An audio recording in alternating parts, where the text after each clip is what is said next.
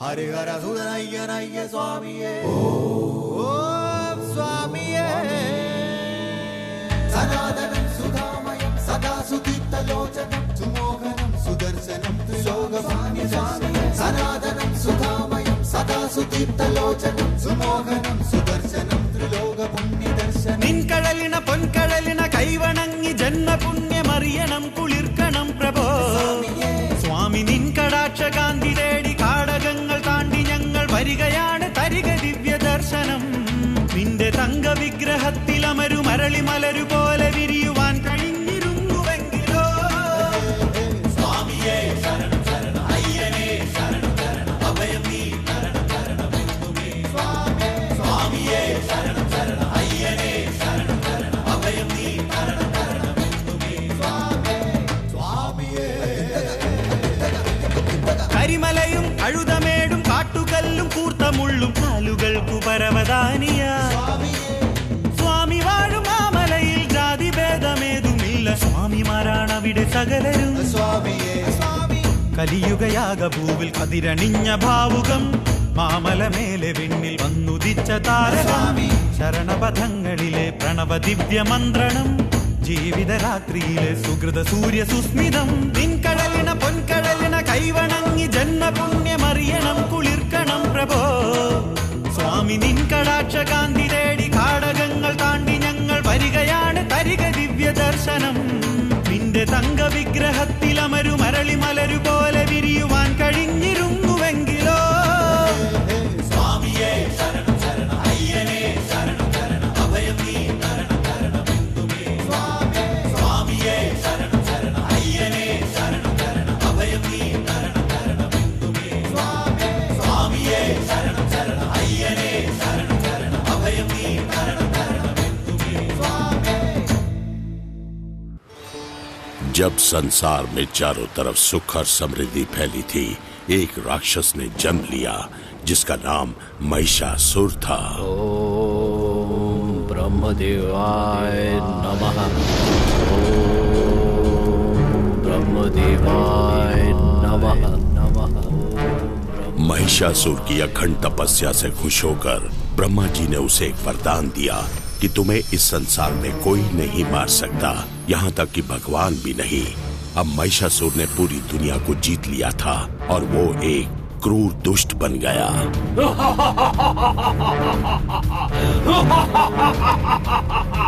मेरे होते हुए तुम दूसरे ईश्वर को पूजोगे? तुम्हारा ये तो साहस! सबसे बड़ा भगवान मैं हूँ। कभी नहीं, तुम भगवान से बड़े नहीं हो। तो मरो।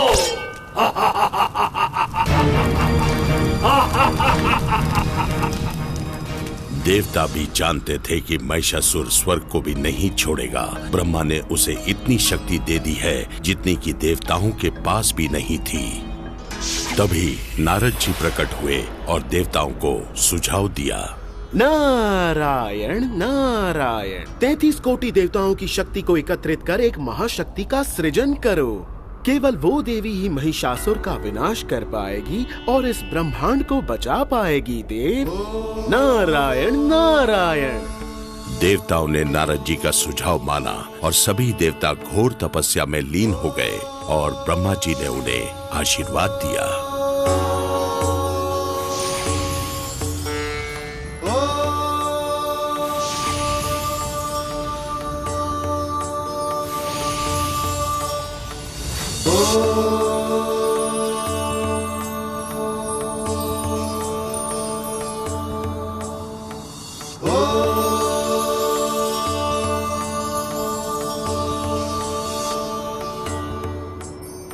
तभी देवताओं ने अपने अंश की ज्योति से एक महाशक्तिशाली देवी का सृजन किया जिसका नाम चंडी था।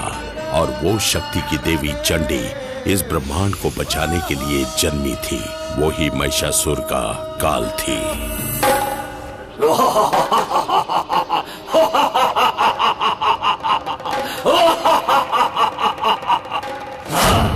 महिषासुर, तेरा अंत निकट है दुष्ट। शक्तिशाली महिषासुर मां चंडी से युद्ध करने को तैयार हो गया और उसने अपने सैनिकों को आदेश दिया कि चंडी का विनाश कर दो। लेकिन मां चंडी ने अपने प्रताप से महिषासुर के सारे सैनिकों को समाप्त कर दिया और अब मात्र महिषासुर ही बचा था।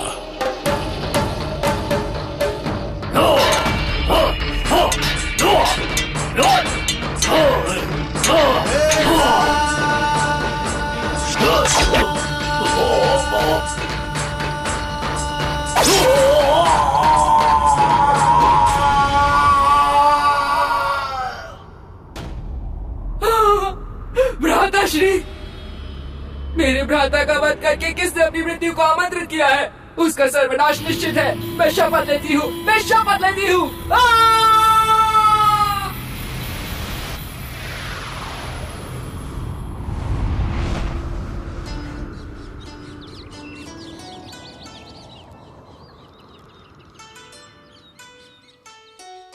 हमें लगता है कि इस किसान के साथ न्याय होना चाहिए। हमारे राज्य में किसान का पद राजा से भी ऊंचा है, सबसे ऊंचा। आपका आभारी हूँ महाराज, धन्यवाद। महामंत्री चक्रपाणी, ध्यान रहे कि इस तरह का संदर्भ हमें पुनः न मिलने पाए। जी महाराज।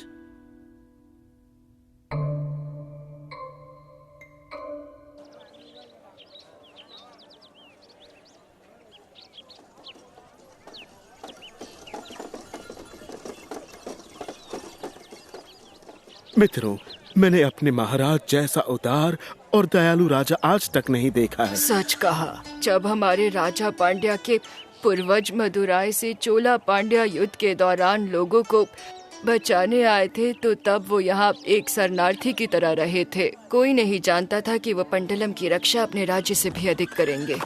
लेकिन राजा के बाद पंडलम राज्य का क्या होगा? मुझे तो ये सोचकर ही भय लगता है। हे प्रभु, हमारे राजा और रानी को एक संतान दे दो जिससे हमारे राज्य को उत्तराधिकारी मिले।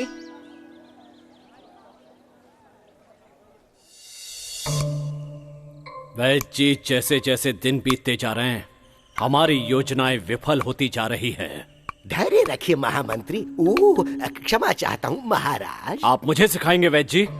कदापि नहीं। वर्तमान राजा के बाद राज्य कौन संभालेगा? आप ही तो हैं महाराज। मुझे विश्वास है आप रानी को वो दवाएं दे रहे हैं जिनके असर से वो कभी भी मां नहीं बन पाएंगी। निसंदेह महामंत्री, राज से रसोईया बाकी का कार्य प्रवीण कर देगा। परंतु राजा बनने के बाद मुझे मत भूल जाना। मुझे महामंत्री जो बनना है। अवश्य बनाऊंगा। मुझे आप जैसे चालाक आदमी की आवश्यकता होगी। आपके बिना राजपाट कैसे संभालूंगा? मैं आपको उत्तराधिकारी नहीं दे सकती, इसलिए मेरा त्याग कर दूसरा विवाह कीजिए महाराज। नहीं महारानी, हम ऐसा नहीं कर सकते।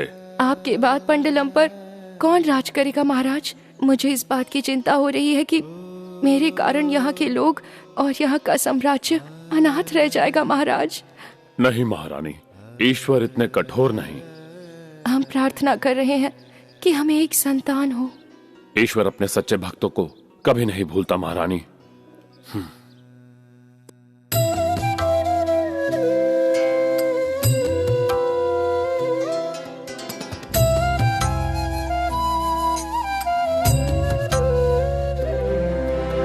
കേഴുമെൻ പ്രാണനിന്നൊരു വരം നൽകുമോ? നിൻ കൃപാലോചനം അടിയനിൽ പതിയുമോ? ഡമരുവിൽ ഉണരുമാ സ്പന്ദനം ജീവനം മന്ദഹാസങ്ങളോ ചന്ദ്രസമ്മോഹനം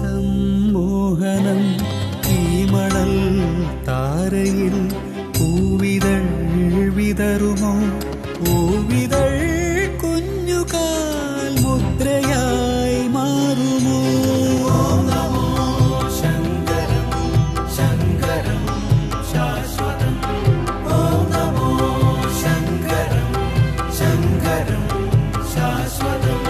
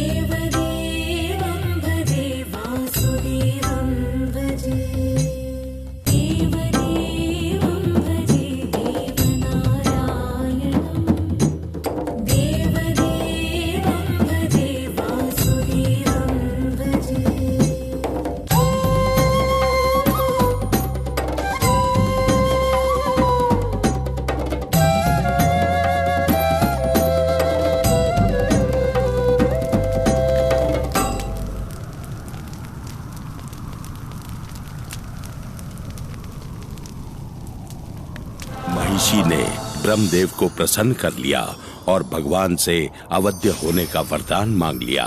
अब महिषी महिषासुर की तरह शक्तिशाली बन चुकी थी। अब मैं अपनी भ्राता की मृत्यु का प्रतिशोध लूंगी और उन देवताओं का सर्वनाश कर दूंगी। मेरा प्रतिशोध आरंभ हो चुका है।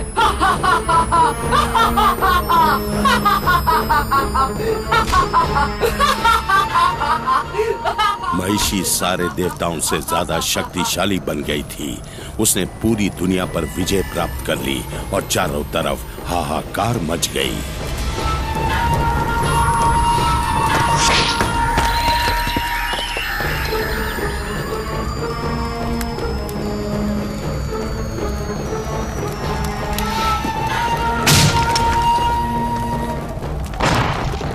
महिषी ने अपने भ्राता का प्रतिशोध लेने के लिए पृथ्वी लोक के देवताओं पर आक्रमण कर दिया। देवता भयभीत होकर भाग गए। इंद्रदेव और बाकी देवता जान बचाने के लिए त्रिमूर्ति की शरण में चले गए, लेकिन त्रिमूर्ति जो देवताओं का त्रिकूट था, वो भी महिषी के सामने हतबल थे। ब्रह्मदेव के वरदान के कारण हम में से कोई भी महिषी का वध नहीं कर सकता। जब भगवान शिव और मेरी शक्तियाँ एक साथ जुड़ जाएंगी और एक रूप हो जाएंगी, तो महिषी भी उस शक्ति का मुकाबला नहीं कर पाएगी। हम दोनों के अंश से पैदा हुआ एक कुमार महिषी को पराभूत कर सकता है और पृथ्वी को बचा सकता है। प्रभु, जैसा आप उचित समझें प्रभु। हर हर महादेव, हर हर महादेव, हर ओम महादेव, हर हर महादेव, हरि ओम महादेव, हर हर महादेव, हरि ओम।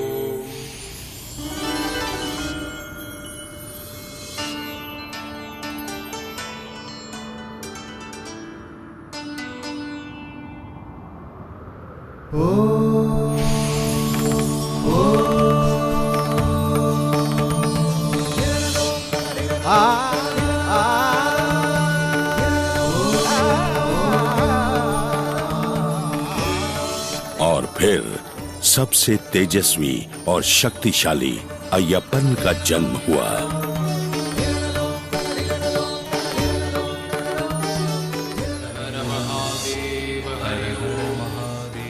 प्रभु, हमारे पुत्र की देखभाल कौन करेगा? इसका संगोपन मंडलम के महाराजा और महारानी करेंगे। वो हमारे परम भक्त हैं और पुत्र प्राप्ति की इच्छा भी रखते हैं।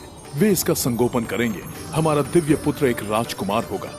हम अपने अय्यप्पन को उन्हें सौंप देंगे। वो इसका पालन पोषण करेंगे।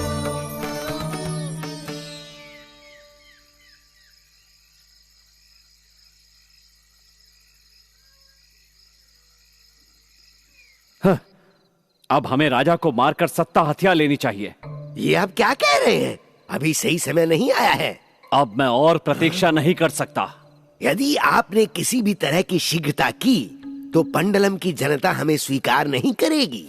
हम कल का सूरज नहीं देख पाएंगे। जनता अपने राजा के लिए प्राण देने को तत्पर है। आपकी बात पूर्णतः सत्य है, लेकिन आपके और मेरे होते हुए पंड्या से भागकर आए आश्रित को राजा बनाने की क्या आवश्यकता है? अपना स्वर मध्यम रखो महामंत्री। दीवारों के भी कान होते हैं। राजा के गुप्तचर नहीं, हमारा सोना स्वीकार करने के बाद वे हमारे गुप्तचर हैं। वे हमारी आज्ञा मानेंगे।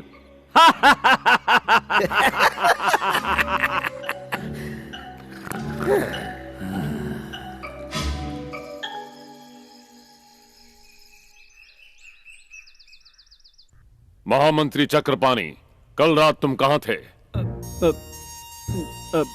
मैं यही था, अर्थात यहाँ नहीं था महाराज। मुझे समाचार मिला कि डाकू उदयन शक्तिशाली बन चुका है। उसकी जानकारी लेने गया था। महामंत्री, हम कितनी बार उसे पराभूत कर चुके हैं, आखिर वो फिर से शक्तिशाली कैसे बन गया? महाराज, सूचना मिली है कि वो लोगों को एकत्रित कर युद्ध की योजना बना रहा है। सावधानी बरतनी होगी। उदयन घायल शेर की तरह है। और मैं भी। तुमने कुछ कहा? कुछ नहीं महाराज। मैं तो सोच रहा था कि वरी, तुम यहाँ कैसे? मैं क्या सहायता कर सकता हूँ? महाराज, आप ही हमारी मदद कर सकते हैं। जंगली सुअर और बाकी जानवर हमारे खेतों को नष्ट कर रहे हैं। उन्होंने हमारे गांव में जीना मुश्किल कर दिया है। हमारी सहायता कीजिए महाराज। तुम चिंता मत करो वारिद, मैं तुम्हारी रक्षा करूंगा। एक बाड़ बनाने की तैयारी करो, सारे खेतों और गांव के चारों तरफ। आवश्यकता हो तो हमारे राजकोष से धन की आपूर्ति करो। हम आपके आभारी हैं महाराज। जंगल के देवताओं की अनुमति लेकर चलो हमारी यात्रा शुरू करें। सारे जानवरों को जंगल के अंदर खदेड़ दो, उन्हें मारना नहीं।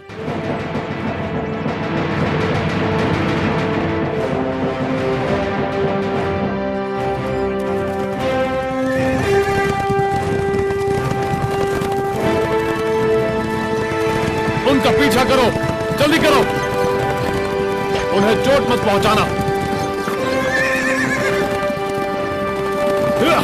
बस उन्हें भगा दो।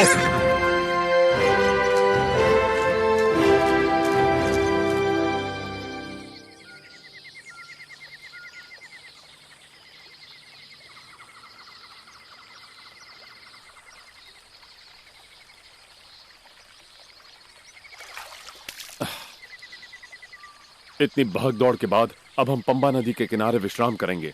रात बिताने के लिए यह जगह उत्तम है। जाओ, हमारे लिए छांव में तंबू लगाओ। हम तुरंत सारी तैयारी करते हैं।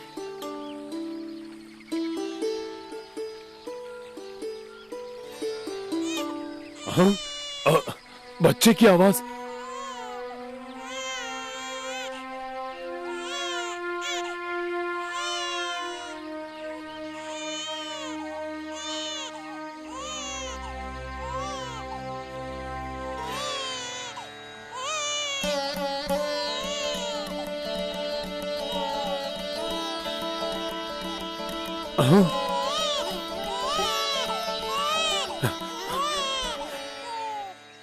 हे प्रिय प्रभु, आप इस तरह मेरी परीक्षा क्यों ले रहे हैं? इस बच्चे के माता पिता कहाँ हैं? क्या आपने ये पुत्र मेरे लिए भेजा है भगवान? मुझे बताइए भगवान, कृपया। नहीं, मुझे इस बच्चे को साथ नहीं ले जाना चाहिए। इसके माता पिता आसपास कहीं जंगल में ही होंगे। हे राजन, आप तो न्याय और गुणों के धनी हैं। आप पीठ कैसे दिखा सकते हैं? आप एक नवजात को जंगल में अकेला छोड़ देंगे? ये अशोभनीय है। अब सच कहूं तो मुझे विश्वास नहीं हो रहा। आप जैसे राजन को पाप नहीं करना चाहिए। इस नवजात को किसी ने इस जंगल में अकेला छोड़ दिया है। इसे महल ले जाके इसका लालन पालन करें। परंतु ये दिव्य बालक किसका है? बताइए, कृपा करके मुझे बताइए। सुनिए राजन, 14 वर्षों के बाद ये ज्ञात हो जाएगा। अभी इसे महल ले जाइए। मैं आपका आभारी हूँ। कृपा करके इस दिव्य बालक का नामकरण कीजिए। बालक का मुख देखिए, इसके ललाट पे प्रताप है। आप इस बालक को अय्यप्पन बुला सकते हैं। अय्यप्पन, अय्यप्पन, अय्यप्पन, अय्यप्पन।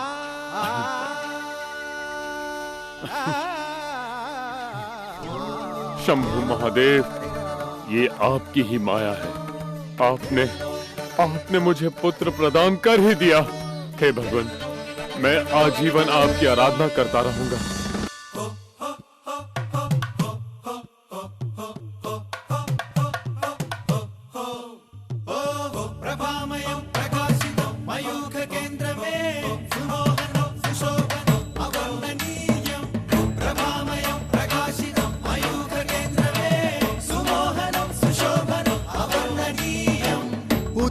സൂര്യനാണോ ഉരുക്കു തങ്കമാണോ പിറന്ന പുണ്യരൂപൻ പ്രഭാമയൻ വിളക്കു വച്ചതാണോ വിശിഷ്ട പുഷ്പമാണോ വിരുന്നു വന്ന ദേവൻ മനോഹരൻ അനേക നാൾ കൊതിച്ചൊരി മുഖാരവിന്ദ ദർശനം ഓ മനോഭിരാമ രമ്യ രൂപ ദിവ്യ ദർശനോത്സവം സ്വാമിയേ ഉദിച്ച സൂര്യനാണോ ഉരുക്കു തങ്കമാണോ പിറന്ന പുണ്യരൂപൻ പ്രഭാമയൻ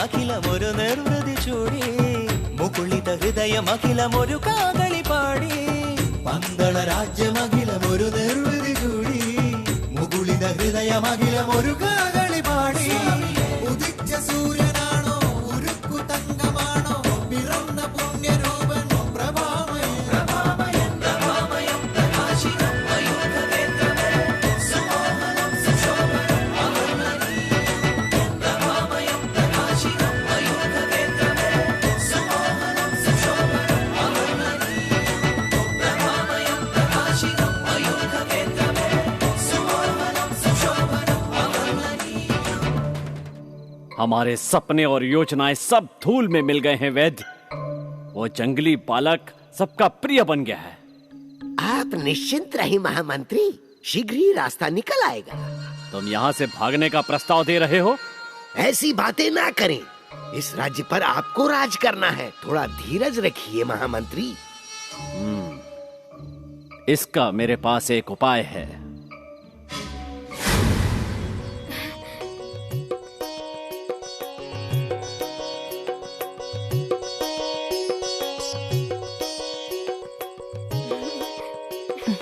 सुनो पुत्र, अपनी माँ को इस तरह सताओ मत। बस करो अय्यप्पन, अब मैं थक गई हूँ। महारानी ध्यान रखिए, इस तरह भाग दौड़ मत कीजिए। याद रहे आप गर्भवती हैं। राजकुमार नटखट हो गए हैं। अब तुम जाकर सो जाओ बेटा। जैसा आप कहें पिताश्री। अय्यप्पन, यहाँ मेरे पास सो जाओ। मैं नहीं सो सकता माँ, जल्दी ही मुझे अध्ययन के लिए गुरुकुल जाना होगा और अब मुझे आपके बिना अकेले सोना सीखना होगा माँ। हमारा पुत्र छोटा सा है, परंतु इसके विचार कितने उच्च हैं। ये केवल आपके सामने ऐसी वार्ता करता है, अन्यथा ये बहुत नटखट है।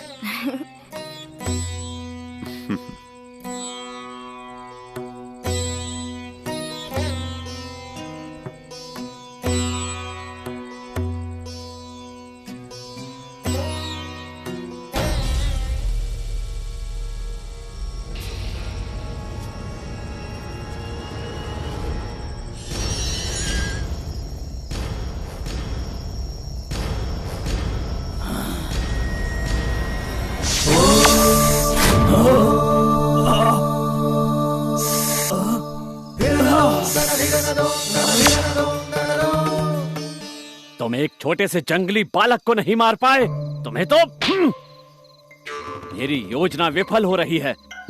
तुमने अनंतनाग को देखा, थू, तुम्हें ये बोलते हुए शर्म नहीं आई मणि? क्रोध मत करो महामंत्री, कोई सुन लेगा। तुमने वहाँ जो भी देखा ये किसी को ज्ञात ना हो। यदि अपना मुंह खोला तो अपने प्राण गंवा बैठोगे। अब भागो यहाँ से।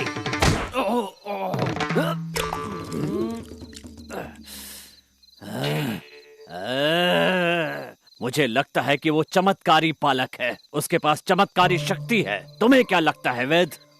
ये सत्य हो सकता है, अंततः वह जंगली बालक है, परंतु उसे ये ज्ञात नहीं कि हम कौन हैं।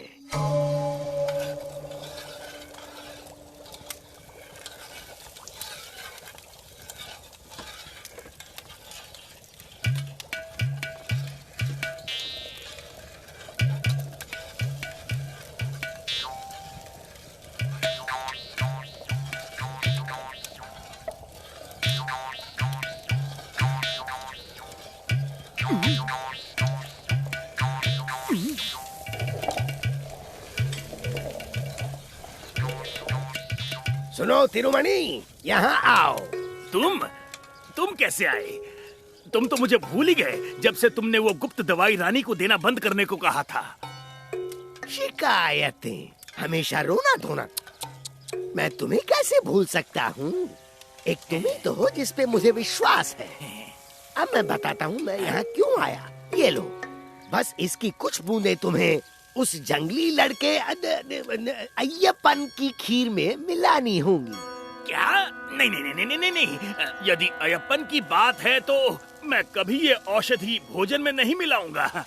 अरे मेरे मूर्ख तिरुमणि, ये कोई विष नहीं है, मैं ईश्वर को साक्षी मान के कहता हूँ कि ये वो औषधि है जो राजकुमार लेने से मना करता है। ओह, वही पुरानी तरकीब, बच्चों को कड़वी औषधि पिलाने की, जिसे वो लेने से मना करते हैं। मैं ये औषधि उसके खीर में मिलाऊंगा। बहुत अच्छे तिरुमणि, अब मुझे जाना होगा महारानी के पास। उन्हें कभी भी प्रसव पीड़ा हो सकती है।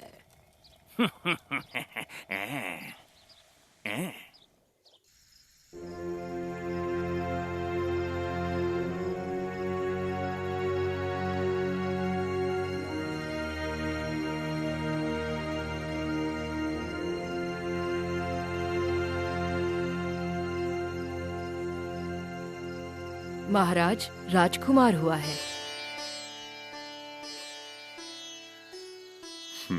शंभु महादेव।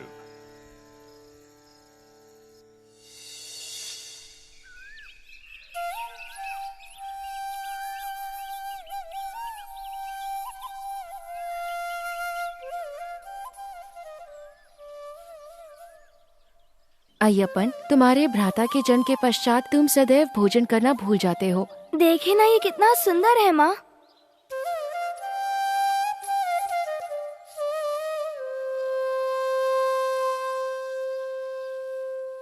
राजकुमार, महाराज जलपान के लिए आपकी प्रतीक्षा कर रहे हैं, कृपा करके चलें। महामंत्री, हमारे साथ बैठिए। कई दिन बीत गए साथ जलपान किए हुए। महामंत्री जी यहाँ भोजन ग्रहण करने नहीं आए हैं, है ना?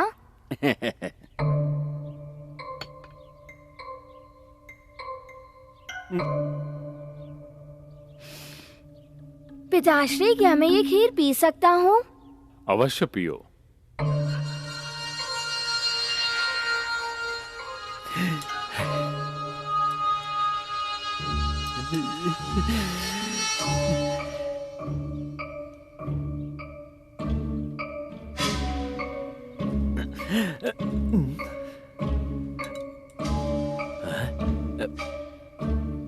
आज की खीर सचमुच बहुत स्वादिष्ट थी।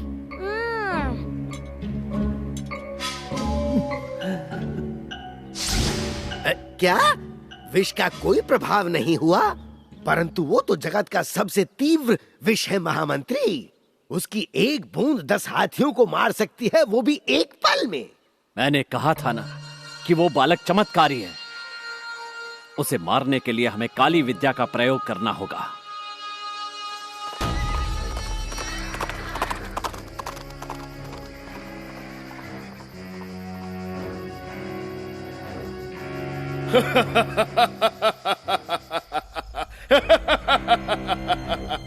एक के बाद एक घटना वैसे ही घट रही हैं जैसे मैं चाहता था। एक बार निलक्कल गांव पर हम विजय प्राप्त कर लें तो पंडलम से लेकर अंबालापुरा से कायमकुलम तक सारे राज्य हमारी मुट्ठी में होंगे। फिर त्रावणकोर भी हमारा होगा।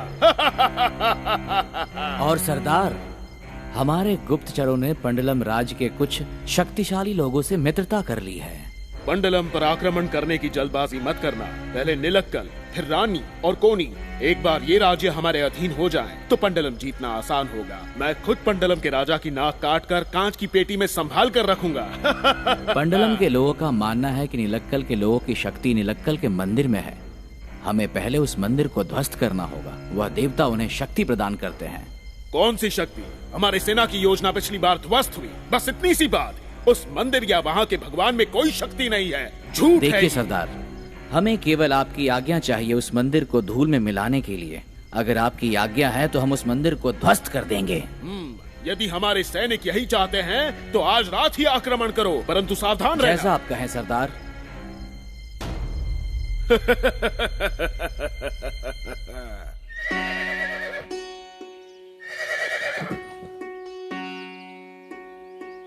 प्रिय पुत्र, तुम्हारे जाने का समय आ गया है।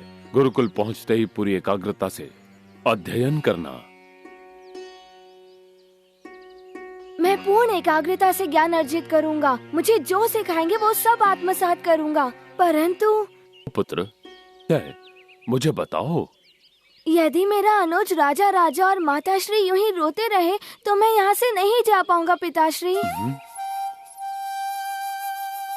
राजा राजा तो बालक है, परंतु महारानी आप क्यों रो रही हैं? महाराज, मैं इतनी सरलता से अपने पुत्र से कैसे दूर हो जाऊं? मेरी चिंता मत कीजिए माताश्री, मैं जल्दी अभ्यास पूर्ण करके लौट आऊंगा। जाने का शुभ समय आ गया है, यात्रा शुरू करो। तुम जब भी मुझे पुकारोगे मैं चला आऊंगा मेरे प्यारे अनुज। अय्यप्पन मेरे पुत्र। महाराज, विलंब करना उचित नहीं होगा।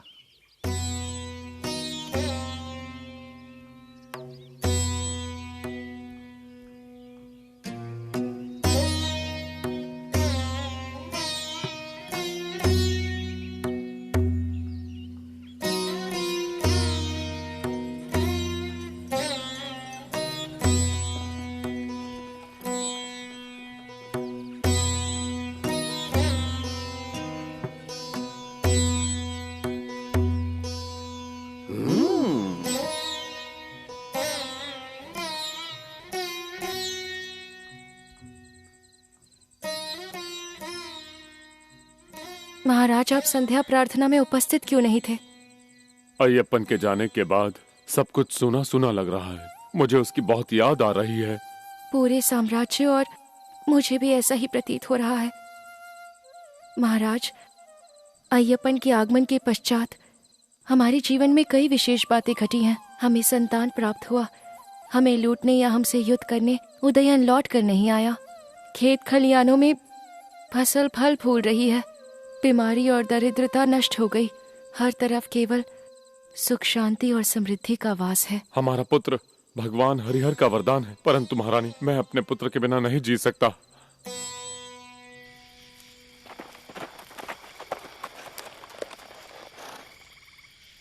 हम यही प्रतीक्षा करेंगे। उदयन के गुप्तचरों ने कहा था कि वो हमसे मिलने यहीं आएगा। उदयन भले ही डाकू हो, परंतु वचन पूर्ति के लिए विख्यात है।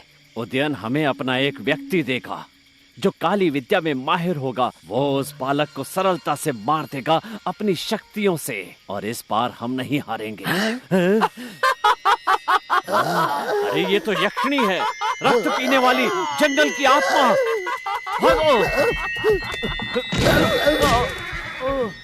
ये अवश्य अय्यप्पन का कार्य होगा, भागो! वहीं रुक जाओ डरपोको, घबराने की जरूरत नहीं। मैं निहारा हूँ, मैं वही जादूगर नहीं हूँ जिसे उदयन ने तुम्हारी मदद के लिए भेजा है। हमें इसकी जानकारी नहीं थी। हम तो भयभीत हो गए थे। मैं वो चक्रपाणी, तुम महामंत्री हो ना, और तुम राज्य वैद्य।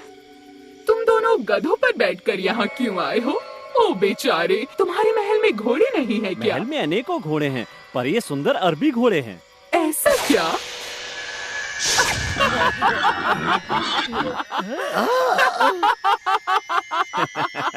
तुम अकेले ही पर्याप्त हो उस जंगली बालक को मारने के लिए। कहाँ है वो लड़का? सिर्फ इतना बता दो और बाकी चीजें मैं देख लूंगी, समझ गए? और हाँ, इसके बदले में क्या करना है तुम्हें पता है ना? हाँ, हमें पता है। कल रात को ही हमने अपनी सेना निलक्कल से पीछे हटा ली है। मुझे बस अपनी योजना के बारे में बता दो।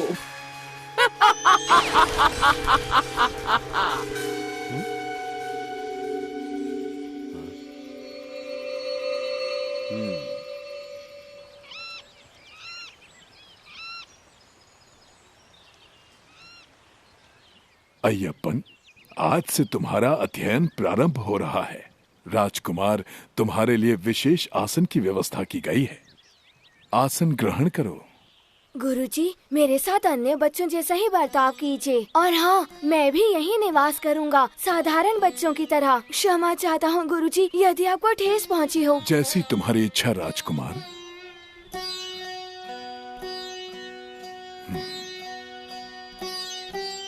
ये कोई साधारण बालक नहीं है।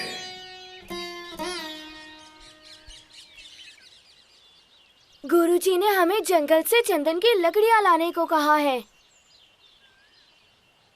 और उसके लिए हमें जंगल के भीतर जाना होगा। अरे नहीं, हमें डर लगता है, वहाँ शेर हो सकते हैं। तुम लोग भविष्य में पंडलम के योद्धा बनने जा रहे हो। तुम्हें किसी बात का भय नहीं होना चाहिए। ठीक है, तुम साथ हो तो हम जाएंगे।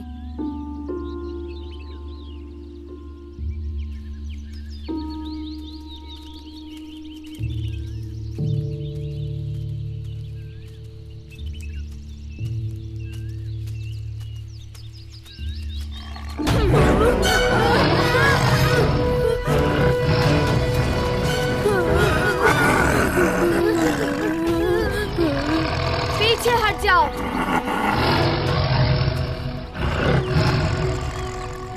जाओ।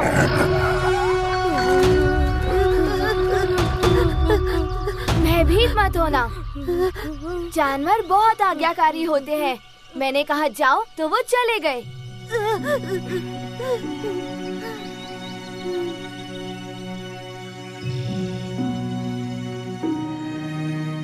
देखो दोस्तों, ये रही चंदन की लकड़ियाँ। केवल सूखी टहनियाँ ही उठाना। ठीक है अय्यप्पन। अय्यप्पन! रामू कहाँ है? अब तक तो वो हमारे साथ ही था। तुम सही कह रहे हो, वो कहाँ गया? तुम लोग चंदन की लकड़ियाँ इकट्ठा करो, तब तक मैं जाकर रामू को ढूंढता हूँ।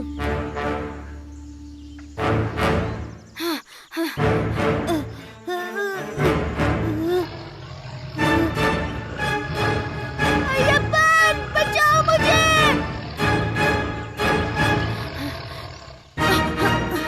अय्यप्पन! नहीं, पीछे हटो।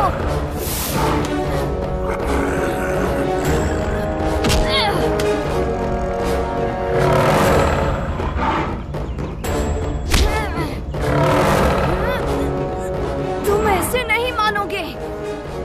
तो ये लो।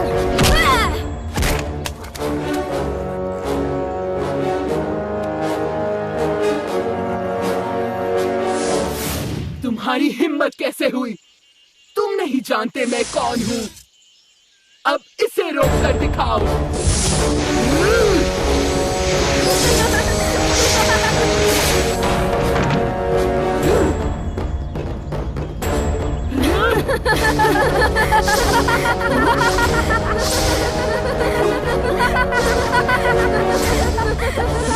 जादूगर बालक! अगर हिम्मत है तो मेरे सामने आकर लड़ो। मुझे अपनी शक्ति दिखाओ, मैं तुम्हें नष्ट कर दूंगी।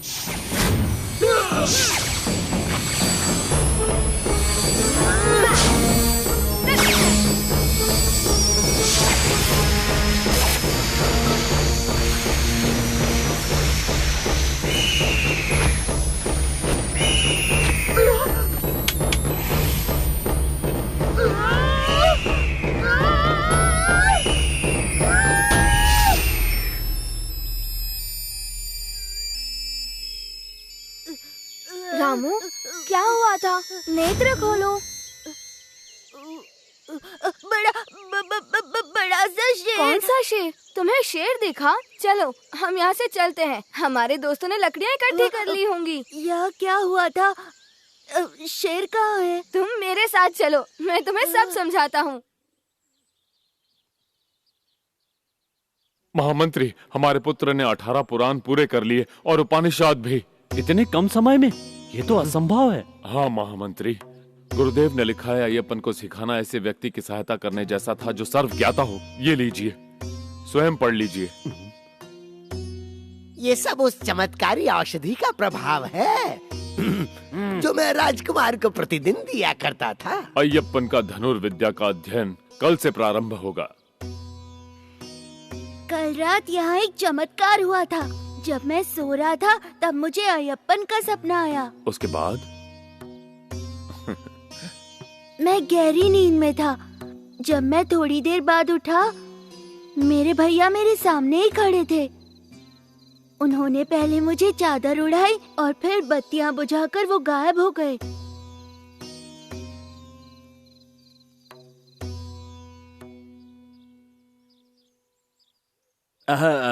ये केवल आपका स्वप्न था। हम आज्ञा चाहते हैं महाराज। हमारे आचार्य को सांप ने काट लिया है, उसका उपचार चल रहा है। हमारी योजना फिर असफल हो गई। मैंने सुना है कि अय्यप्पन के गुरु ज्ञान में गुरु वशिष्ठ के समान हैं और गुरु द्रोणाचार्य की तरह अजय धनुर्धर हैं। ऐसा प्रतीत होता है हमारे सारे द्वार बंद हो रहे हैं। चिंतित ना हो वैद्य, कुछ द्वार बंद हो गए तो क्या, हम नए द्वार खोलेंगे। अपने नेत्र और मस्तिष्क से ध्यान केंद्रित करो अपने लक्ष्य पर। नेत्र सिर्फ लक्ष्य पर होनी चाहिए। अब एक एक करके तीर चलाओ।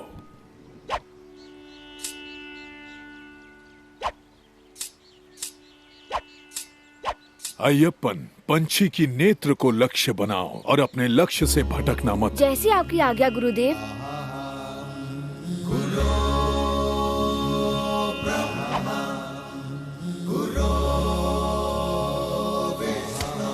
अद्भुत। अब अंतर गति, ऊंचाई और लक्ष्य।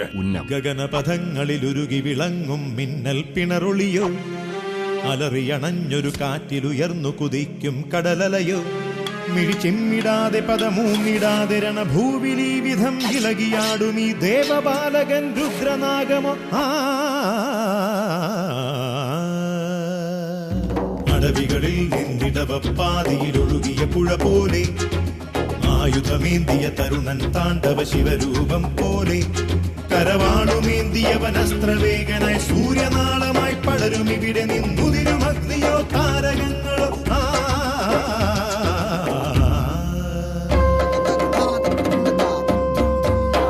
ആരെയും പുണരും മാനസം, നിർഭയം നിത്യനിരാമയം, ആമുഖം അർക്കമനോഹരം, ആസുരം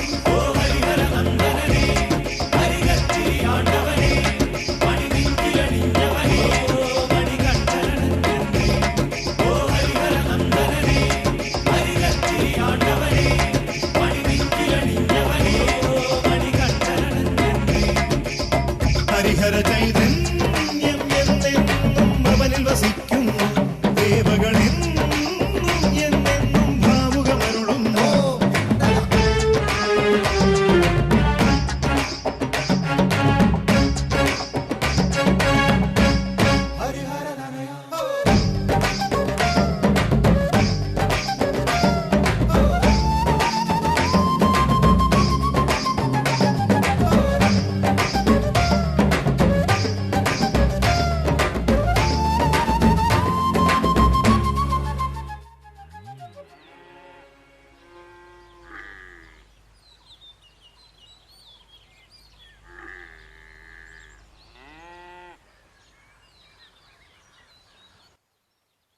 अय्यप्पन, मैंने तुम्हें सिर्फ स्मरण कराया है, तुम्हें तो पहले से ज्ञात था। कलरी पयट्टू के कुछ दाव शेष हैं और तुम्हारा प्रशिक्षण पूर्ण हो जाएगा। अतः कलरी गुरु के पास जाना होगा। चिरताला के चिरपन चिरा के कुरूप सर्वोत्तम गुरु हैं। आप किसी और की सराहना कर रहे हैं, वो जरूर अपनी कला में सर्वश्रेष्ठ होंगे। उनसे शिक्षा प्राप्त करने के पश्चात तुम निपुण हो जाओगे और राजा बनने के योग्य हो जाओगे। बाएं घूमो, नीचे झुको और फिर अपने प्रतिस्पर्धी पर हमला करो। सुनो केशव, लड़ते वक्त आंखें खुली होनी चाहिए। अपने पीछे देखो। प्रणाम गुरु कुरूप। ओह, तो आप हैं। महान गुरुदेव यहाँ खुद पधारे हैं। आपसे मिलकर मैं धन्य हो गया। बहुत अंतराल के बाद मिले, मुझे आशीर्वाद दीजिए। ये कौन है? मेरा शिष्य है। ये यहाँ युद्ध कला सीखने आया है, सर्वश्रेष्ठ गुरु से। पर ऐसी कौन सी विद्या है जो मुझे ज्ञात है, आपको नहीं? उत्तरी और दक्षिणी युद्ध कला के अलावा तुम कई और युद्ध कलाओं में निपुण हो। मैंने उचित कहा ना? ये बालक साधारण नहीं लगता। ये है कौन, आप बताएंगे? अवश्य बताऊंगा। पहले बताओ, क्या तुम इसे सिखाओगे? अवश्य, शुरू करते हैं। अय्यप्पन, प्रशिक्षण के लिए तैयार हो जाओ। पकड़ो इसे, पकड़ लो। अद्भुत। इस कला में सारे योद्धाओं के हाथ घायल हुए थे, वो असफल हो गए। अय्यप्पन कोई साधारण बालक नहीं है, अपना बचाव करो।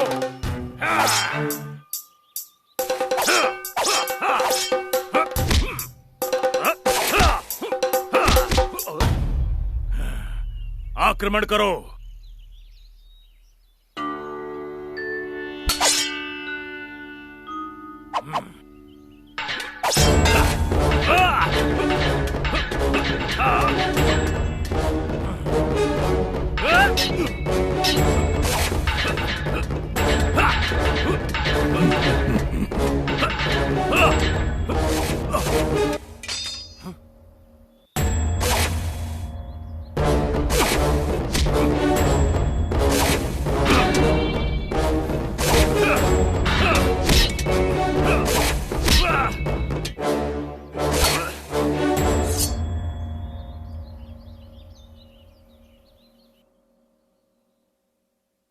उत्तम, अति उत्तम, परंतु तुम्हें अभी भी बहुत कुछ सीखना है।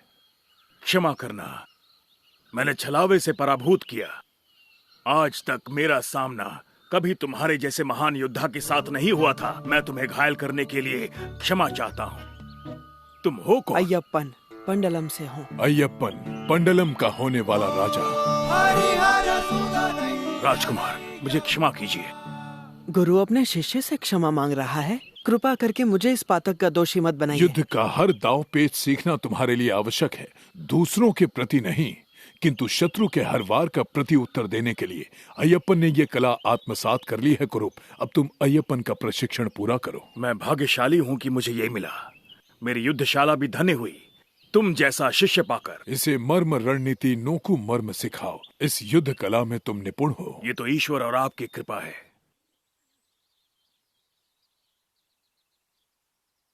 महारानी की जय हो। बोलिए महामंत्री।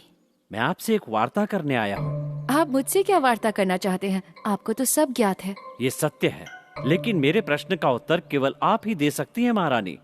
पूरे राज्य में केवल आप ही हैं जो ये गुत्थी सुलझा सकती हैं। सुनिए माँ, क्या आपका वो चित्र पूरा हो गया? चलिए बाहर चलकर देखिए, बगीचे में बहुत सारी सुंदर तितलियाँ आई हैं। चलिए मेरे साथ। क्या सचमुच? कौन से रंग की पुत्र? माँ चलिए खुद चलकर देखिए, वो खूबसूरत फूलों की तरह लग रही हैं। चलिए ना। तुम चलो पुत्र, मैं थोड़ी देर बाद आती हूँ। शीघ्र आना माँ, नहीं तो वो सब की सब अभी आती हूँ पुत्र। बताइए महामंत्री, आप क्या जानना चाहते हैं? महारानी, महाराज गुरुकुल से लौटते ही अय्यप्पन को राजा घोषित करने वाले हैं। हाँ तो? महारानी, मेरा तात्पर्य है कि महाराज ने इतना बड़ा निर्णय आपसे पूछकर लिया या नहीं? महाराज राज्य संबंधित निर्णय मुझसे पूछकर नहीं लेते, और ये मेरा कार्य नहीं है। ऐसे निर्णय तो वे आपसे परामर्श करके लेते हैं। आपसे एक विशेष बात कहना चाहता हूँ। आपको क्या लगता है, मुझसे पूछा जाता तो क्या मैं इससे सहमत होता? अय्यप्पन एक दिव्य और तेजस्वी बालक है। यदि वो राजा बन जाए तो इसमें बुराई क्या है? प्रजा भी उससे अत्यंत प्रेम करती है, और विशेष बात वो योग्य है। ये सारी बातें सत्य हैं, किंतु इसका तात्पर्य ये नहीं है कि राज राजा जिसे महारानी ने जन्म दिया है वो तेजस्वी नहीं है, क्योंकि मेरे लिए वो दिव्य बालक है। राज राजा आपकी कड़ी तपस्या का फल है, और उसका जन्म आपकी प्रार्थनाओं का परिणाम है। आप कहना क्या चाहते हैं महामंत्री? आपकी सहजता देखकर आश्चर्य होता है महारानी। जंगल में मिला बालक दिव्य है और आपकी कोख से जन्मा बालक सामान्य है। मुझे दया आती है महारानी, आप पर दया आती है। अय्यप्पन, राज राजा दोनों मेरे लिए एक समान है। दोनों मेरे अपने पुत्र हैं। आप ऐसा कह सकती हैं क्योंकि आपका हृदय विशाल है, किंतु कल जब वो जंगली बालक पंडलम का राजा बनेगा तो आपके अपने बेटे का क्या होगा? आपने कभी इस विषय में सोचा है महारानी? केवल राजमहल में जन्मे हुए पुत्र को ही पंडलम का राजा बनने का अधिकार होना चाहिए।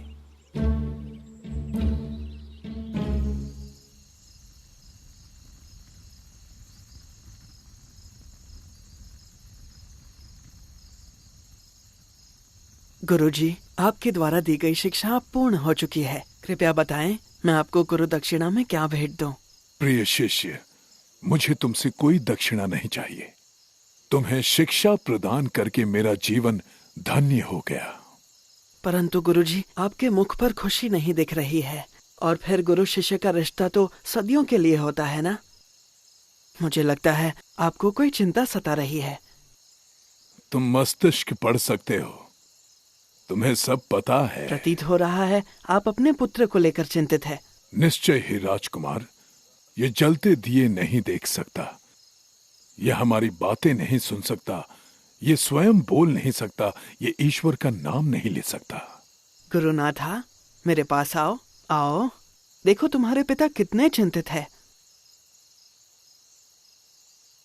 मेरे पास आओ, अय्यप्पन तुम्हें बुला रहे हैं। यहाँ आओ। आओ प्रिय गुरुनाथा।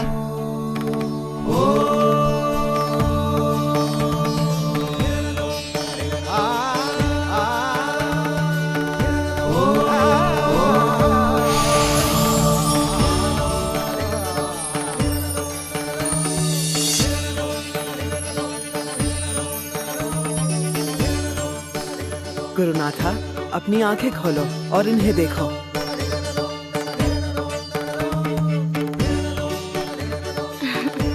गुरुनाथा, ईश्वर को याद करो।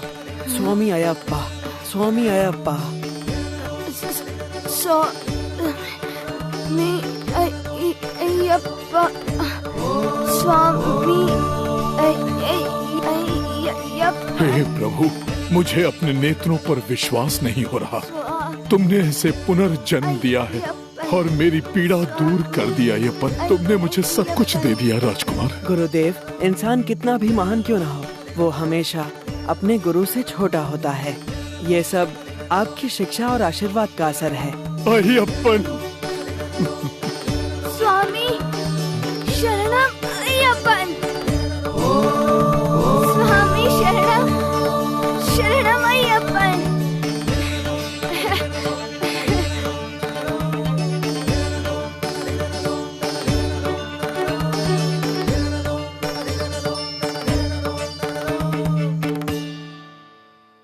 क्या विचार कर रही हो? क्या किसी विचार को लेकर विचलित हो? महाराज को मेरा स्मरण हो ही गया। महाराज, आपको केवल राजपाट और अपने पुत्र अय्यप्पन में रुचि है। मेरी और मेरे पुत्र की किसी को चिंता नहीं। आज अय्यप्पन गुरुकुल से लौट रहा है और उसके आने पर वही राजपाट संभालेगा और मैं चिंता मुक्त हो जाऊंगा। उसके बाद हम दोनों अपना शेष जीवन ईश्वर की आराधना में व्यतीत कर पाएंगे। आप कितने दयालु हैं। वो तो मैं हूँ ही। चलिए चलते हैं, वो यहाँ पहुँचता ही होगा। कितने दिन हो गए हमें अय्यप्पन को गले लगाकर। आप जाइए, मेरा स्वास्थ्य ठीक नहीं, मैं नहीं आ पाऊंगी। मेरा मन विचलित हो रहा है। महारानी, आप विश्राम कीजिए, मैं राजकुमार को लेकर आता हूँ। मेरा पुत्र अय्यप्पन। पिताश्री।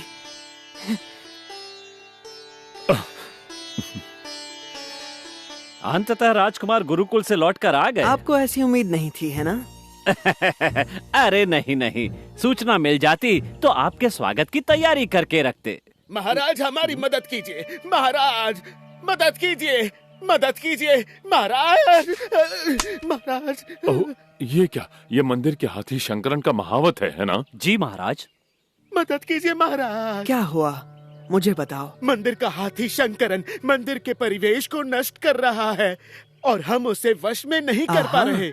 बस इतनी सी बात है, मैं अभी उसे काबू करता हूँ। नहीं राजकुमार, शंकरन बहुत ही ताकतवर जानवर जानवर है। हमारे आसपास के कई इंसानों से अच्छे होते हैं, हम उन्हें काबू में कर सकते हैं। सही कहा ना महामंत्री?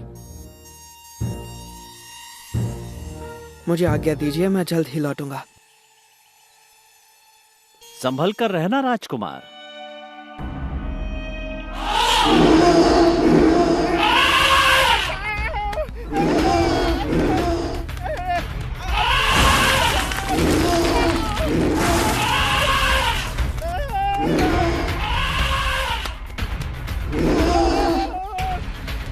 तुम ये क्या कर रहे हो शंकरन?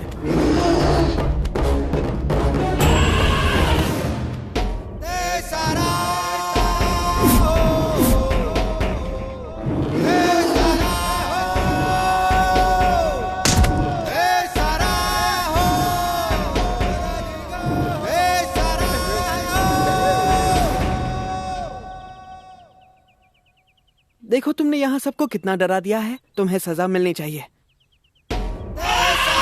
शरारती हाथी, चलो अब राजमहल चलते हैं।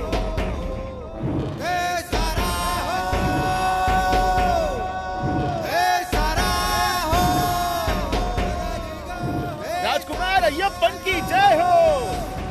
राजकुमार अय्यप्पन की जय हो। राजकुमार अय्यप्पन की जय हो। राजकुमार अय्यप्पन की जय हो। राजकुमार अय्यप्पन की जय हो। अय्यप्पन।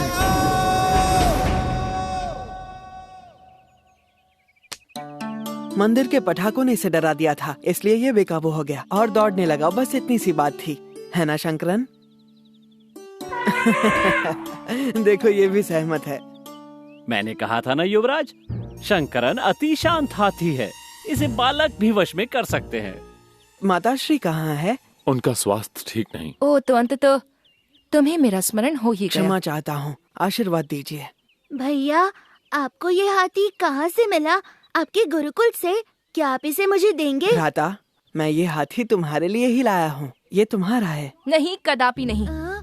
ये हाथी उन्मत्त और खतरनाक है। नहीं, मुझे वो चाहिए माँ, मुझे वो हाथी चाहिए।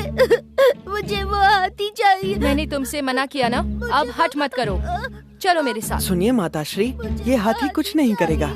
मेरे पुत्र के लिए क्या उचित है मैं जानती हूँ, तुम इस विषय से दूर रहो। तीर निशाने पर लगा है।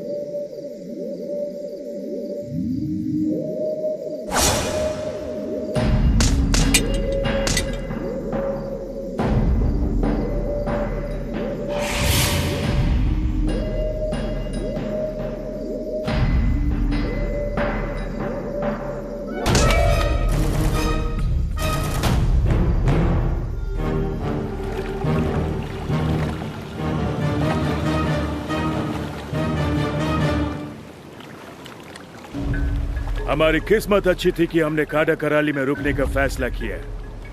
अल्लाह के रहम से हमारा जहाज भर चुका है। सरदार, तो हम अगली लूट के लिए कहीं और की तैयारी करें?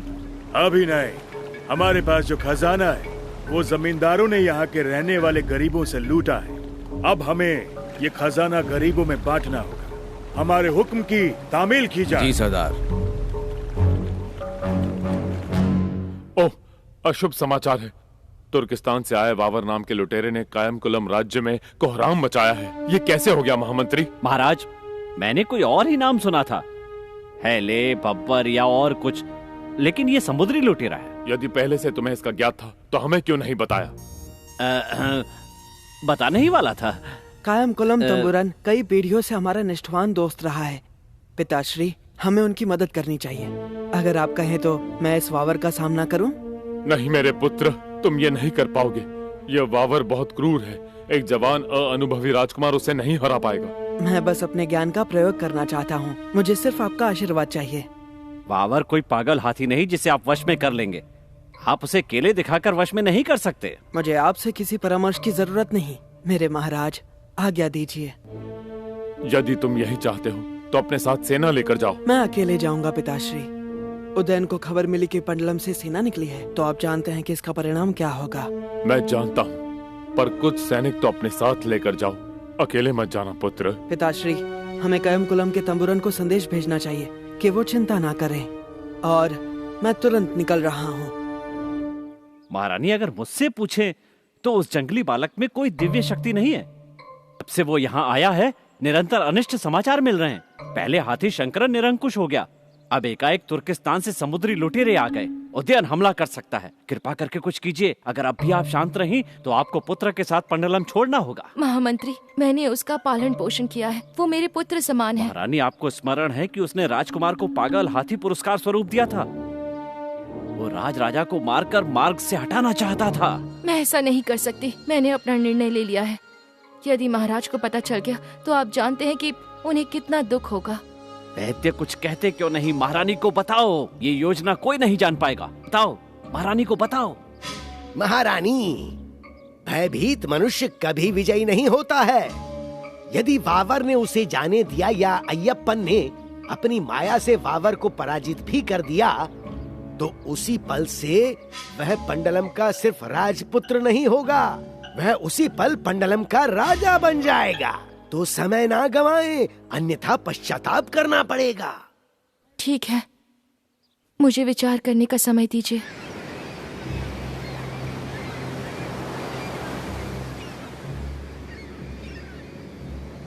दो हफ्ते हो गए हैं, अभी तक वावर के जहाज की कोई खबर नहीं। वावर अवश्य समुद्र में लौट गया होगा। उसने हमें देखा होगा। हम किनारे की रक्षा कर रहे हैं। युवराज, लगता है हमें कुछ मिल गया। हाँ, ये अवश्य वावर का जहाज है और ये किनारे की तरफ आ रहा है।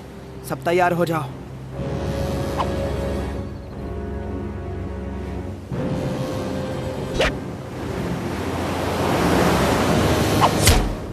सरदार, ये तीर देखिए। ये तीर नहीं, हमारे लिए चुनौती है। चलो किनारे चल के उन्हें दिखा।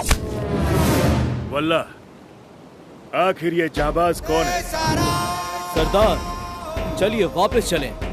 आज तक हम पीठ दिखाकर भागे नहीं हैं और आज भी नहीं भागेंगे, वो भी जब मेरी बराबरी का दुश्मन मेरा इंतजार कर रहा है।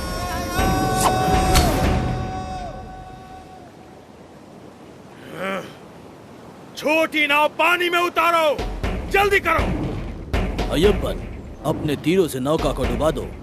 यदि वो किनारे तक आए तो युद्ध अटल है। ऐसा करना उचित नहीं होगा। आखिर वो जाबाज योद्धा है कौन जिसने हमारा ध्वज और सुल्तान की टोपी उड़ाने की हिम्मत की? तुम लुटेरे वावर हो। क्यों, मैंने सही कहा ना? नजर बहुत तेज है, मैं ही हूँ वावर। अगर ये बात है तो मैंने ही तुम्हारा ध्वज तोड़ा था। बहादुरी ऐसे दूर से नहीं दिखाते, दुश्मन के सामने दिखाओ। अब दिखाओ अपनी वीरता। मैं अपनी वीरता तुम्हारे कहने पर नहीं दिखाऊंगा। जबान भी बहुत तेज है। हिम्मत है तो मुझ पर वार करके दिखा लड़के। कोई आम लड़का नहीं, मैं अय्यप्पन हूँ। ओ अच्छा, अय्यप्पन, मैंने तुम्हारी कहानियाँ सुनी है, लेकिन तुम मुझे बेवकूफ बच्चे लगते हो। तुम क्या जानना चाहते हो, मेरी उम्र या मेरी धनुर्विद्या? मैं अभी तुम पर बाण नहीं चलाऊंगा। मैं लोगों पर तभी हमला करता हूँ जब वे सशस्त्र होते हैं। ऐसी बात है तो बताओ किससे हमला करूं? एक तलवार से या जादू से? जो तुम्हारा मन करे। मैं भी तो देखूं, वार करो।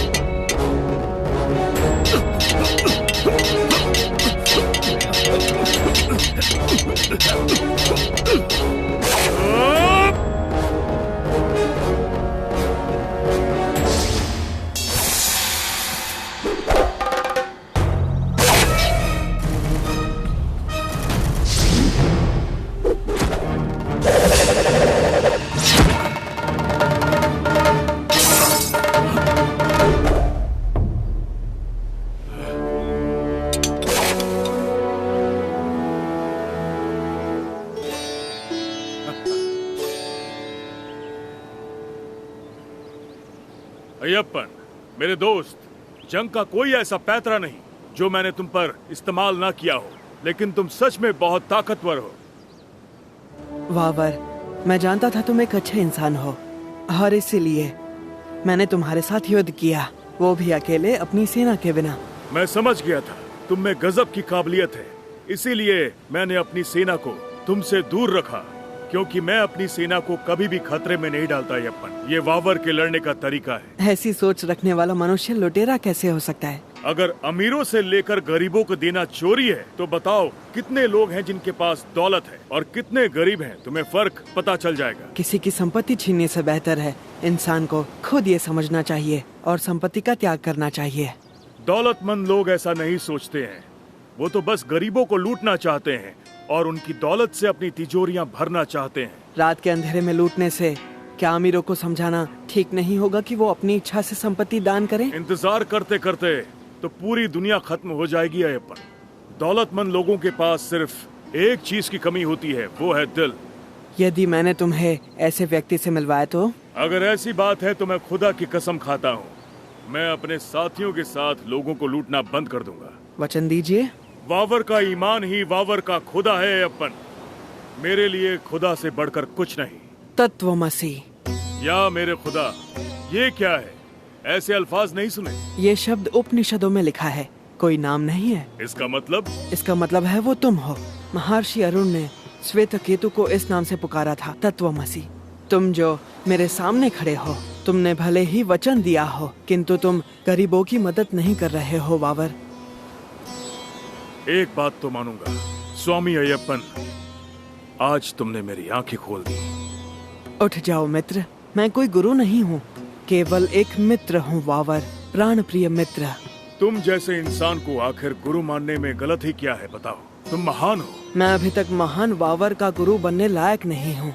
ना मेरी उम्र है, ना पर्याप्त अनुभव। लेकिन मैं मुसलमान हूँ और इस्लाम मेरा मजहब है। क्या तुम मुझे अपनाओगे ये जानते हुए कि मेरा मजहब और सोच अलग है? मैं सिर्फ एक धर्म को मानता हूँ, मानवता। और तुम में मुझे एक बात नजर आई जिसे तुम्हें बदलनी चाहिए, और वो तुम्हारा काम है। तुम्हारा दोस्त बनने के लिए मैं कुछ भी छोड़ सकता हूँ अय्यप्पन। मुझ में जानने और सीखने की ललक बहुत ज्यादा है। तुम में जो मैंने नूर देखा है वो किसी और में नहीं देखा। राजकुमार अय्यप्पन की जय हो, राजकुमार अय्यप्पन की जय हो, वावर की जय हो, वावर की जय हो।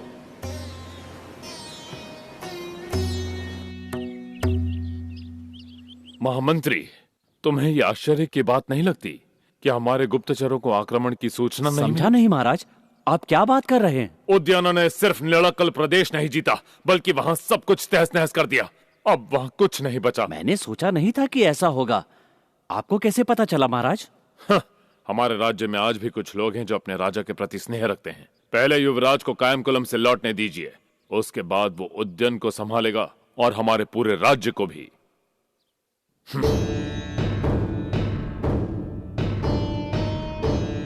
आशीर्वाद दीजिए। अस्सलाम अलैकुम।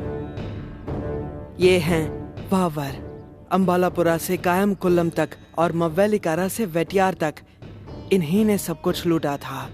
ये मेरे नए मित्र हैं वावर, ये मेरे बहुत ही प्रिय मित्र हैं, और ये हमारे राज्य के महामंत्री हैं जो कि बहुत ही चतुर हैं। सुनो पुत्र, मुझे तुमसे कुछ वार्ता करनी वो है। बात उदयन के बारे में है ना? मुझे ज्ञात है।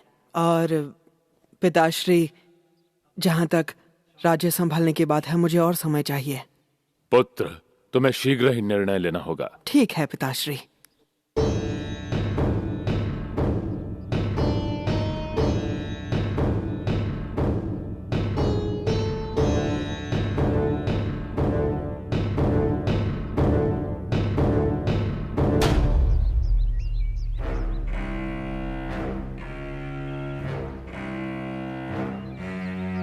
हमारा करीमाला किले में प्रवेश करते ही समझो हम जीत जाएंगे।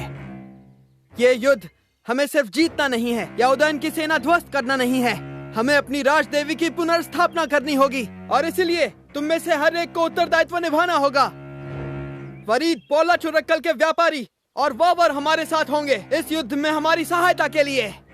इस्लाम मेरा मजहब है और मैं तुम सबकी एक भाई की तरह मदद करूंगा। मैं डेरे तैयार करूंगा ताकि तुम सबको जरूरत का सामान मिल सके। एरुमिली से लेकर करीमला तक की सारी जिम्मेदारी मेरी होगी, और मैं तुम सब के लिए हथियारों का इंतजाम करूंगा। साथ ही मैं कुछ अरबी और ईरानी सिपाही भी लेकर आया हूं। अय्यप्पन के साथ मिलकर हम दुश्मन को हरा देंगे। खुदा हमारे साथ है। शत्रु को पराभूत करने के लिए शारीरिक सामर्थ्य पर्याप्त नहीं होगा, हमें मानसिक रूप से तैयार होना होगा, और इसीलिए तुम्हें 41 दिन प्रशिक्षण लेना होगा। मांस और मदिरा से दूर रहिए और जानवरों की बलि चढ़ाना बंद कीजिए। ब्रह्मचर्य का पालन कीजिए। तुम्हारे मन और शरीर का शुद्धिकरण होगा। तुम शक्तिशाली बन जाओगे और विजय हमारी होगी। स्वामी अय्यप्पन की जय हो, स्वामी अय्यप्पन की जय हो, स्वामी अय्यप्पन की जय हो। आज से हमें एकजुट होना होगा। इसका मतलब हमारा धर्म एक होगा, और इसीलिए हम में से हर कोई स्वामी होगा। हम सबका नाम और औहदा समान होगा। स्वामी रक्षा कीजिए, स्वामी रक्षा कीजिए, स्वामी रक्षा कीजिए, स्वामी रक्षा कीजिए, स्वामी रक्षा कीजिए। स्वामी तुम्हारी रक्षा नहीं करेंगे। पहले वो अपरिचितों को महल में लेकर आ गया, और अब ये स्वामी का नाटक। हमें अब अपनी अंतिम चाल चलनी चाहिए। हमें शीघ्रातिशीघ्र अय्यप्पन को रोकना होगा। अब वो नास्तिक बन चुका है और हमारे महाराजा की प्रतिमा को मलिन करना चाहता है। वो जंगली बालक वावर को मारने की बजाय महल में लेकर आ गया। आगे वो उदयन से समझौता करेगा और उसे अपना चाचा कहेगा। मुझे अपने राज्य के भविष्य की चिंता हो रही है महारानी। उदयन हमारी समस्या नहीं है, हमें अन्य विशेष बातों पर ध्यान देना चाहिए। जब घी सीधी उंगली से ना निकले तो उंगली टेढ़ी करनी पड़ती है। केवल ये बताएं मुझे क्या करना है।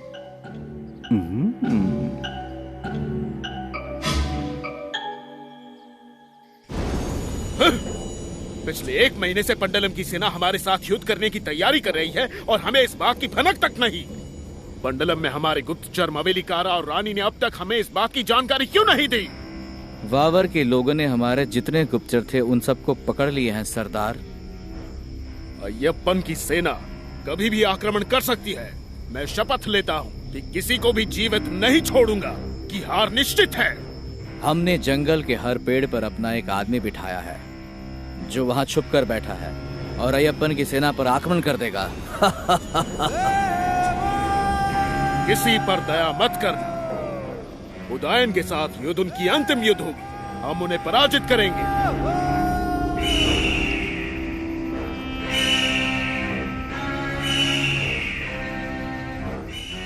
आकाश में लाल गरुड़ उड़ रहा है और ये एक अच्छी बात है। ईश्वर हमारी तपस्या से प्रसन्न है। उन्होंने हमें शक्तिशाली बनाया है। युद्ध के लिए तैयार हो जाओ योद्धाओं। इस बार उदयन हमारी शरण आएगा और युद्ध की शुरुआत आज से होगी। आगे बढ़ो और हम एक साथ मिलकर ये युद्ध जीतेंगे।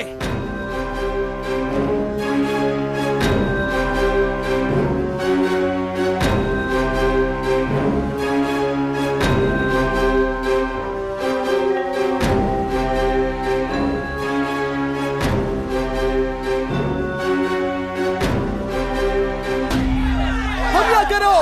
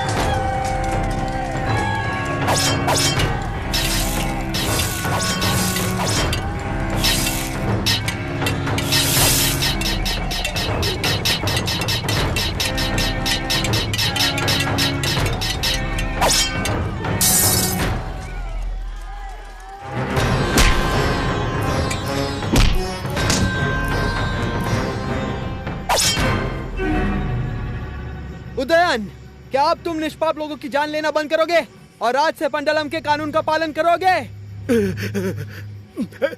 मुझे मारना मत, मुझे मारना मत। मैं हार स्वीकार करता हूँ। मैं नियमों का पालन करूंगा।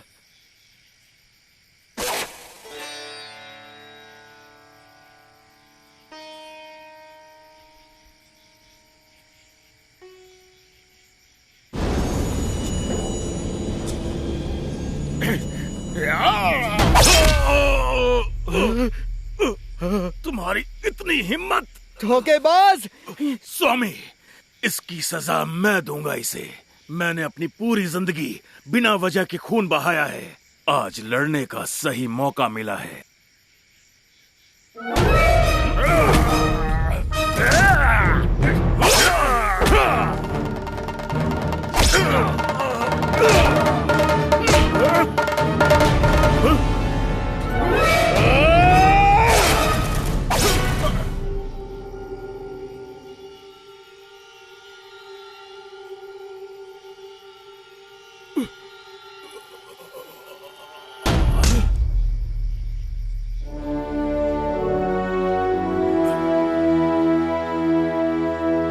यावर, अपने घावों पर जड़ी बूटियां लगाओ ताकि और खून ना बहे। तुम्हारा ये प्यार मैं हमेशा याद रखूंगा। शुक्रिया। स्वामी, हमने करीमला किले को ध्वस्त कर दिया है। हमें उदयन को भी अग्नि देनी चाहिए। घोषणा करो हम ये युद्ध जीत चुके हैं। मंदिर में हमारी कुलदेवी की पुनर्स्थापना करो।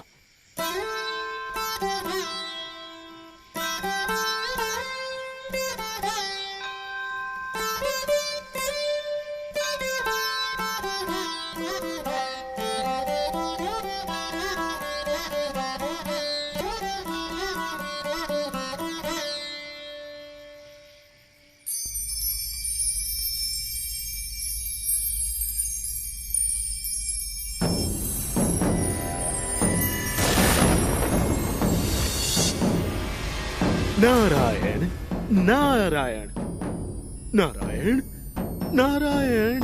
यहाँ नारायण का अस्तित्व नहीं महर्षि, यहाँ मैं ही नारायण और नारायणी हूँ, समझ गए? ओह, क्षमा कीजिएगा, मैं तो ये विवशतावश कह गया। मनुष्य के पूजनीय देवता कहाँ हैं? कहाँ छिपे बैठे हैं? मैं उनसे युद्ध करने के लिए विचलित हूँ।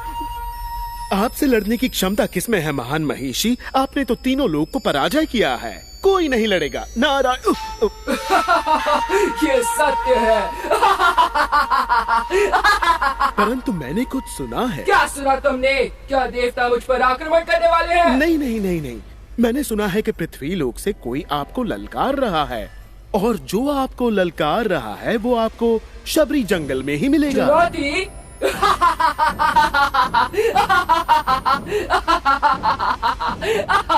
क्या तुम परिहास कर रहे हो नारद? मैं परिहास नहीं कर रहा हूँ, मैं प्रभु नारायण की शपथ महिषी की शपथ लेता हूँ। ठीक है, तो मैं स्वयं जाकर देखती हूँ।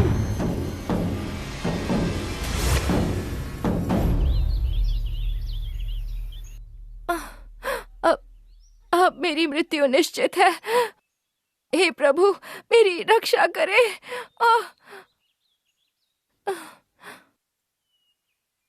वैद्य जी, मुझे बताइए, इस रोग का कोई उपचार नहीं? एक उपाय है महाराज, परंतु वो असंभव है। समस्या ये है कि जो सामग्री हमें चाहिए वह आसानी से उपलब्ध नहीं।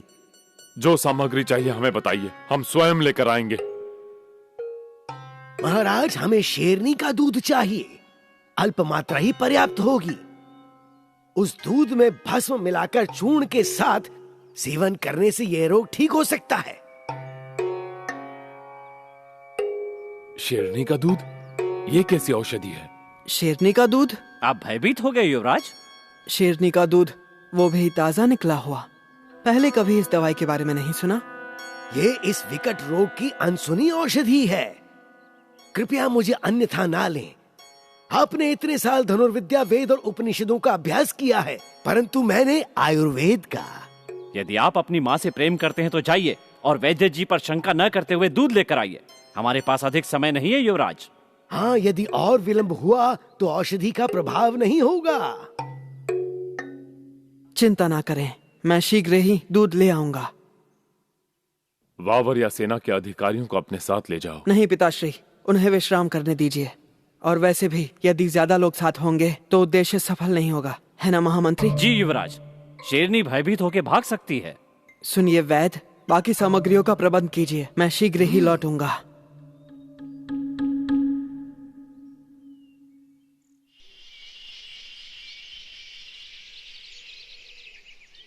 शेरनी अवश्य ही इस जंगल में होगी।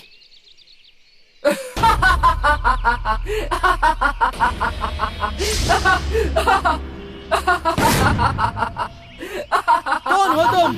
तुम कौन हो? मेरा नाम है अयप्पन। मूर्ख कहीं के, तुम महिषी को मारना चाहते हो? अगर साहस है तो समक्ष आओ, जादू के पीछे छुपना कायरता है।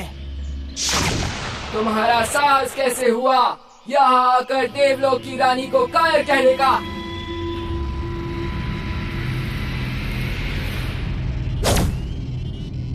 तुम्हारा खूबसूरत शरीर और तेजस्वी आंखें देखकर मेरे मन में अलग भाव उमड़ रहे हैं। तो क्या तुम मेरे स्वामी बनना चाहोगे? मैं इस प्रस्ताव को स्वीकार नहीं कर सकता। मेरे जन्म का उद्देश्य है तुम्हें मारकर असुरी वृत्ति को नष्ट करना और धर्म की पुनर्स्थापना करना। इसलिए मैं तुम जैसे असुरों के समूह का विनाश कर दूंगा। क्या मैंने सच सुना? चलो देखे तुम कितने शक्तिशाली हो। पृथ्वी पर सबसे बड़े मूर्ख हो तुम।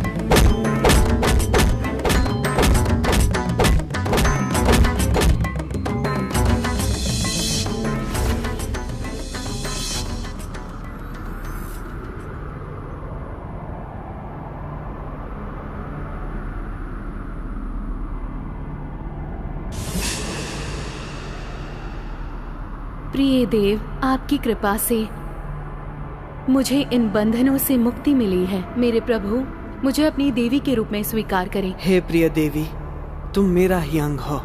मैंने इस जीवन काल में ब्रह्मचर्य का पालन करने की प्रतिज्ञा ली है। देवी का दर्जा प्राप्त होगा। मेरी बहन बनकर तुम मेरी बाईं तरफ हमेशा रहोगे। जैसी आपकी आज्ञा प्रभु।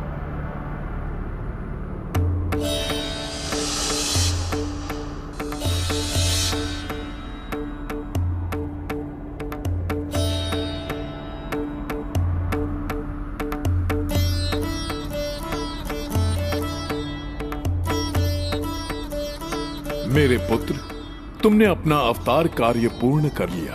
अब तुम पंडलम महल में अपने परिवार के साथ लौट सकते हो। उसके बाद शबरी पर्वत पर एक मंदिर बनाओ और वहां कलयुग के देवता बनकर वास करो और ऐसे भक्तों की सहायता करो जिनका इस संसार में कोई नहीं है। मेरे पुत्र, स्वर्ग की अप्सराएं शेरनी बनकर आएंगी। भगवान शेर के बच्चों का रूप धारण करेंगे। स्वयं इंद्र शेर का रूप धारण करेंगे ताकि तुम उन पर विराजमान हो सको।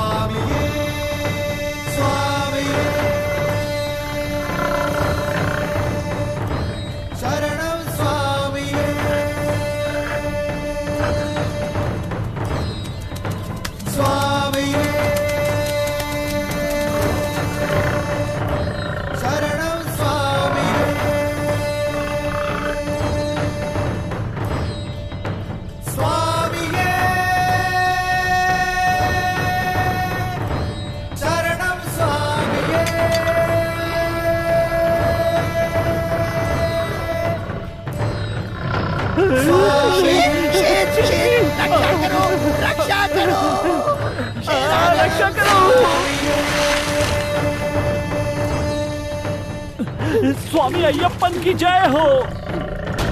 स्वामी अय्यप्पन की जय हो। महाराज, आपने जो लक्ष्य दिया था वो मैंने पूरा किया। अब कृपा करके वैद्य जी को इनका दूध निकालने की आज्ञा दे।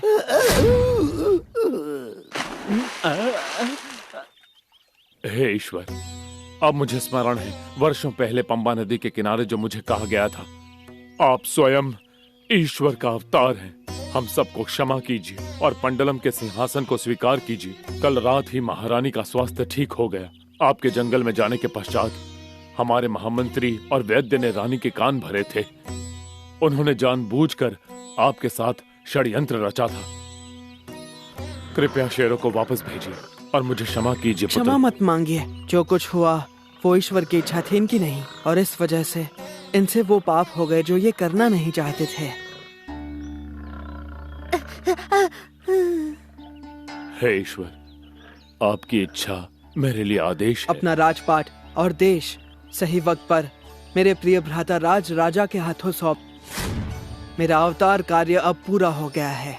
मैं अब यहाँ से एक तीर चलाऊंगा। वो जहाँ गिरेगा वहाँ एक मंदिर बनाइए। एक मंदिर बना? जी हाँ पिताश्री। जो भाविक जन पंबा में स्नान करके वहाँ मेरी पूजा अर्चना करेंगे, उनकी मनोकामनाएं पूरी हो जाएंगी और उनके दुख नष्ट हो जाएंगे।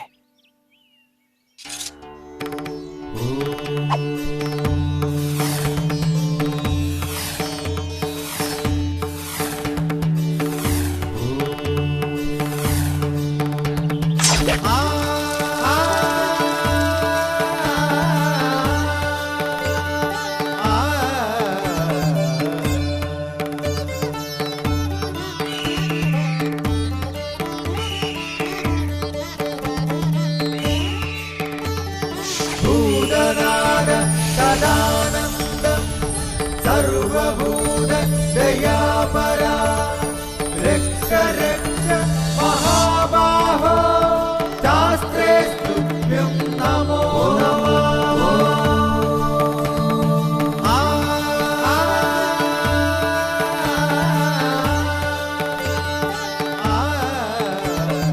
भूतनाद सदानन्दं सर्वभूत दयापरा रक्ष रक्ष महाबाहो शास्त्रे स्तुभ्यं नमो नमः भूतनाद सदानन्दं। स्वामी अय्यप्पन की जय हो। महामंत्री और वैद्य को उनके कर्मों का फल मिल गया। उन्हें घातक बीमारियों का सामना करना पड़ा। उन्होंने पंबा के जल में स्नान किया और स्वामी अय्यप्पन के चरणों में शरण ले ली और वो तुरंत अपने दुख और पीड़ा से मुक्त हो गए। कई हजारों साल के बाद भी महान स्वामी अय्यप्पन आज भी सबरी पर्वत पर रहते हैं। कलयुग के देवता के रूप में भक्तों का उद्धार करते हैं। स्वामी अय्यप्पन की जय हो।